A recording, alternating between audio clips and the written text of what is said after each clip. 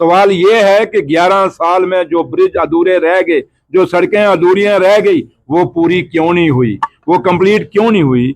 मुझे लगता है, मुझे कहना नहीं चाहिए, पीडीपी और बीजेपी इसकी जवाबदेही है। उनका अलायंस, जिस अलायंस ने ये पुल और सड़कें कंप्लीट करनी थी, ये बिल्डिंगें जो अधूरी खड़ी हैं जो कंप्लीट करनी थी, उन्होंने वो कंप्लीट नहीं की, बल्कि उल्टा ही हमसे जो जम्मू कश्मीर महाराजा हरि सिंह का था, वो जम्मू कश्मीर जो मेरे शेर कश्मीर शेख अब्दुल्ला साहब का था, जिसने अलायंस हिंदुस्तान के उस बाबा साहब भीमराव अम्बेडकर साहब के आइन के साथ किया था, उस हिंदुस्तान के जो महात्मा गांधी का देश था, जब किया था तो इसलिए नहीं किया था कि आप 77 साल की आज़ादी के बाद जब हम मनाएंगे, जश्न मनाएंगे, तो आप स्टेट का दर्जा तोड़ के हमें यूटी बना देंगे। इसलिए खाली पीडीपी और बीजेपी ने हमारे इन पिछले 11 सालों में ये पुल और ये सड़कें, ये बिल्डिंगें ही खाली नहीं हमारी नुकसान की, कंप्लीट नहीं किए, बल्कि हमारे स्टेट का दर्जा भी तोड़ा है।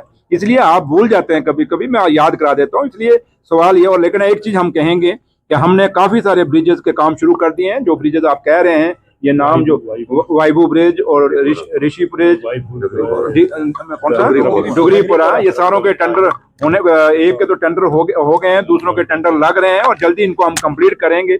लेकिन ये दूसरे लोगों को कंप्लीट करने थे जो कहते हैं हमने जम्मू कश्मीर को बड़ा अच्छा माहौल दिया, खाक दिया, यही दिया कि टूटा फूटा वो जम्मू कश्मीर हमारे 2014 में उमर अब्दुल्ला साहब ने जब हुकूमत छोड़ी थी तो पीडीपी और बीजेपी को एक पूरा जम्मू कश्मीर का एक स्टेट का दर्जा, एक स्पेशल स्टेटस का दर्जा दिया था।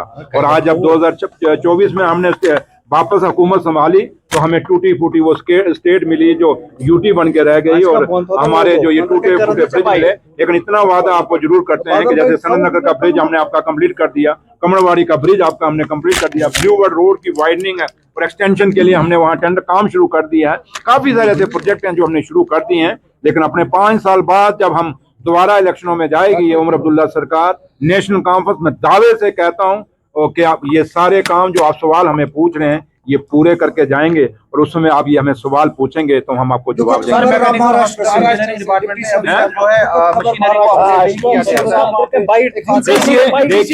देखिए, बड़ी दुखदाई खबर थी सुबह जब हम उठे, जब ये खबर हमें मिली और जब हमें टीवियों में हमने सुना, ये खबर सुनी कि शरद पवार साहब, सॉरी अजीत पवार साहब दुनिया में नहीं रहे, महाराष्ट्र के डिप्टी चीफ मिनिस्टर। बड़ा दुख हुआ। एक वो लीडर जिसने, जो ग्रास रूट से जुड़े हुए लीडर थे, वो लीडर जिन्होंने हमेशा महाराष्ट्र की अपनी एक आवाज रखी उन दूर दराज के इलाकों से, और वो लीडर जो एक विजनरी लीडर थे, वो आज दुनिया में नहीं रहे।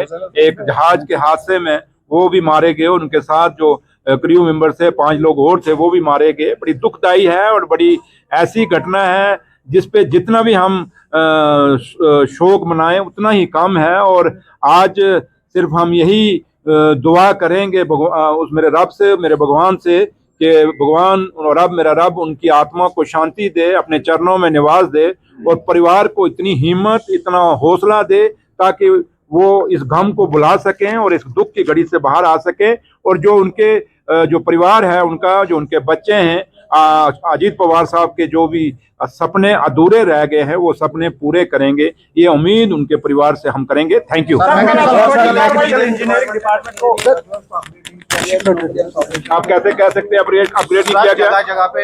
आप आ जाएं, मशीनरी आप जिस गाड़ी में आप आए हो, कौन सी गाड़ी क्या पता आपके पास, कौन सी मुझे नहीं पता, लेकिन जिस गाड़ी में हो अचानक वो बैठ जाए तो आप क्या करोगे? सर, वासुमर्ग एक दूरदराज इलाका है, वहाँ पर, लेकिन वो कह दिया है, हमने कह दिया है, जहाँ खामियां हैं, ऑनरेबल एमएलएज ने भी इसको इश्यूज को रेज किया है सारा, तो जहां जहां भी अभी खामियां हैं वो ठीक की जाएंगी। और जहां एक चीज की जो आप नहीं कह रहे, मैं कह देता हूं कि डिमांड आई कि यहाँ कटर नहीं, और ऑनरेबल एमएलए साहब ने भी कहा, वाइस चेयरमैन साहब ने भी कहा, और डिस्ट्रिक्ट एडमिनिस्ट्रेशन ने भी कहा। तो मैंने अपने चीफ इंजीनियर मैकेनिकल को कह दिया है, हम किसी उसमें बजट में डाल के अब कटर की जहां जहां जरूरत है, जो क्रॉनिक एरियाज हैं वर्क के, वहां लगाएंगे। और आइंदा ये चीजें, मुझे नहीं लगता कि आपको ये तकलीफ आएगी। सर, कल आपने बड़ी कार्रवाई की है, 5 एम्प्लॉय को सस्पेंड किया है, तो इसका क्या रीजन था?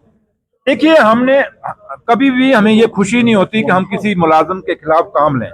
मैं आप लोगों के माध्यम से एम्प्लॉइज को एक बात कहना चाहूंगा, आज उमर अब्दुल्ला सरकार है, आप उमर अब्दुल्ला सरकार के पहिए हैं और आप सरकार के हिस्सा हैं। और जब मेरे ऑनरेबल एमएलए आपको कोई काम कहते हैं तो वो सरकार का हिस्सा हैं, वो कॉन्स्टिट्यूशनल पोस्ट पे बैठे हैं और मेरा मुलाजिम जो है आज की डेट में कोई पॉलिटिक्स करेगा और राजनीति करेगा और ऑनरेबल एमएलए को ऑन बोर्ड नहीं लेगा और लोगों को ऑन बोर्ड नहीं लेगा और कोशिश ये करेगा कि चंद सिलेक्टेड लोगों के साथ मैं बना के रखूंगा और वो मुझे बचा लेंगे, ये उन सब मुलाजमों के लिए एक मैसेज है कि उमर अब्दुल्ला सरकार काम चाहती है, हम चमचागिरी नहीं चाहते। ना चमचागिरी उमर अब्दुल्ला सरकार के ने की है, ना मेरे लीडर उमर अब्दुल्ला साहब ने की है। हमें चमचे ऑफिसर नहीं चाहिए, हमें काम करने वाले ऑफिसर चाहिए। और जो हमने एक्शन लिया है वो चमचागिरी वालों के लिए लिया है और जो अच्छे ऑफिसर हैं उनकी हमने अंदर जाके तारीफ भी की है। पहले भी कहता हूं, आज भी आपको भी कहता हूं कि जम्मू कश्मीर की यही खूबसूरती है कि एक खिता वो है जो बरसात से वहां फसल होती है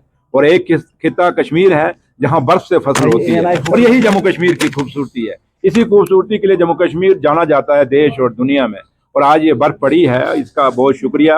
और इसका हम नहीं कहेंगे कि हमें बड़ा इसमें दुख हुआ, हमें खुशी है बर्फ हुई है। हाँ, थोड़ी सी मुश्किलें लोगों को आई, लेकिन है कि फिर भी मैं ऑफिसरान को अपने को शाबाश दूंगा, चाहे किसी भी डिपार्टमेंट के हैं, हमारी सरकार का हिस्सा है, कि उमर अब्दुल्ला सरकार की रहनुमाई में मेरे कायद और जम्मू कश्मीर के मुख्यमंत्री जनाब उमर अब्दुल्ला साहब की क़यादत में ऑफिसरान ने हर डिपार्टमेंट ने अपना अच्छा काम किया है और जल्दी से जल्दी सड़कों को हिसाब किया, बिजली को भी वापस बहाल किया, पानी के लिए भी कर रहे हैं। लेकिन मैं नहीं कहता कि 100% हो गया है, अभी कमियां हैं, खामियां हैं, लेकिन फिर भी एडमिनिस्ट्रेशन लगी हुई है। उमर अब्दुल्ला सरकार जो वादा इलेक्शन में किया था कि हम लोगों के दरवाजे पे खड़े रहेंगी ये सरकार, तो वही आज डिप्टी चीफ मिनिस्टर जब आपके बीच में खड़ा है, ऑनरेबल एमएलए साहब गुलाम मोहम्मद मीर साहब, वाइस चेयरमैन साहब जब यहाँ खड़े हैं, तो आपको यह दिख रहा होगा कि जब हम यहाँ खड़े हैं तो ये समझ लीजिए कि जम्मू कश्मीर के मुख्यमंत्री जनाब उमर अब्दुल्ला साहब यहाँ खड़े हैं। तो मकसद एक ही है कि हम लोगों के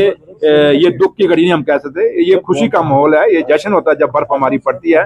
तो इसमें लोगों को सहूलतें देने के लिए उनके साथ हम खड़े हैं। बहुत से ब्रिज इनकम्प्लीट है, बहुत से ब्रिज जो खस्ता हुए है इसकी वजह से, सैलाब की वजह से, ये कब तक मुकम्मल हो सकते हैं? ये आप थोड़ा सा सवाल को बड़ा दूसरे तरीके से ले गए। आपने कुछ लोगों की खामियों को छुपाने के लिए आपने एक सवाल को मोड़ तोड़ के भागा है।